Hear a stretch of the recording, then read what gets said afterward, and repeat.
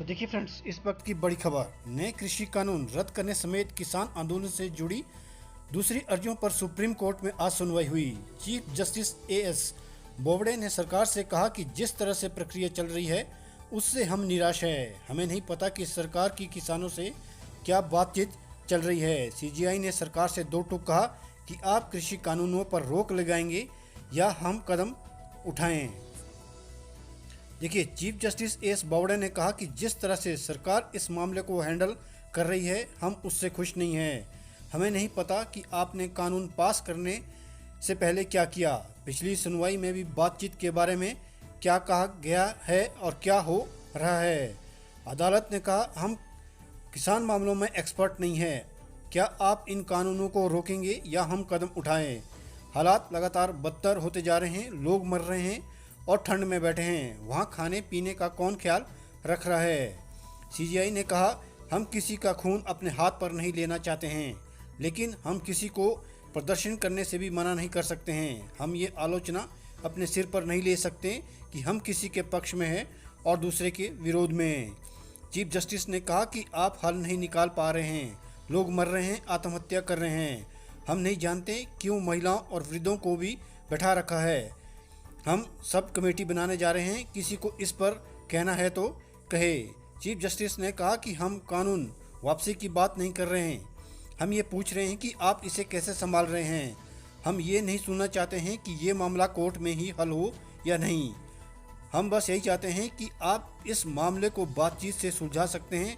अगर आप चाहते हैं तो कह सकते थे कि मुद्दा सुलझाने तक इन कृषि कानूनों को लागू नहीं किया जाएगा। सुप्रीम कोर्ट ने साफ कहा, हमें आशंका है कि किसी दिन वहां सिंधु बॉर्डर पर हिंसा भड़क सकती है। इसके बाद साल्वे ने कहा कि कम से कम आश्वासन मिलना चाहिए कि आंदोलन स्थगित होगा, सब कमेटी के सामने जाएंगे। इस पर सीजीआई ने कहा कि यही हम चाहते हैं, लेकिन सब कुछ एक ही आदेश से नहीं हो सकता।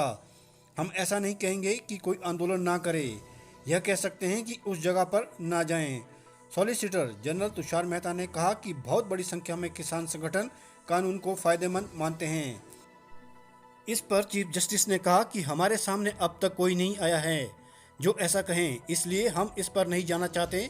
अगर एक बड़ी संख्या में लोगों को लगता है कि कानून फायदेमंद है तो कमेटी को बताएं।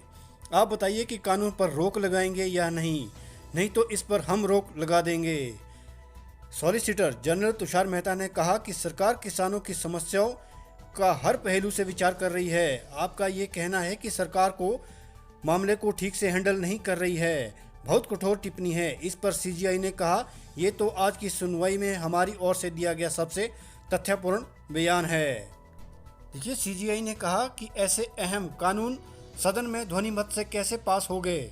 अगर सरकार गंभीर है तो उसे संसद का संयुक्त स्तर बुलाना चाहिए। हम एक कमेटी बनाने का प्रपोजल दे रहे हैं, साथ ही अगले आदेश तक कानून लागू नहीं करने का आदेश देने पर भी विचार कर रहे हैं। तो देखिए फ्रेंड्स, सुप्रीम कोर्ट ने सरकार से साफ कहा है कि किसानों के लिए सरकार जो है क्या कर रही है, क्यों अभी तक जो है वो कृषि कानून बिलों को वापस नहीं लिया गया है। जो लोग भूखे नंगे सड़कों पर बैठे हैं उनका देख रेख कौन कर रहा है, और सरकार जो है इन कानूनों को वापस क्यों नहीं लेना चाहती है। इस पर एक कमेटी बनाने को कहा गया है और सरकार से जल्द इन बिलों के ऊपर जो है वो डिसीजन लेने को कहा गया है।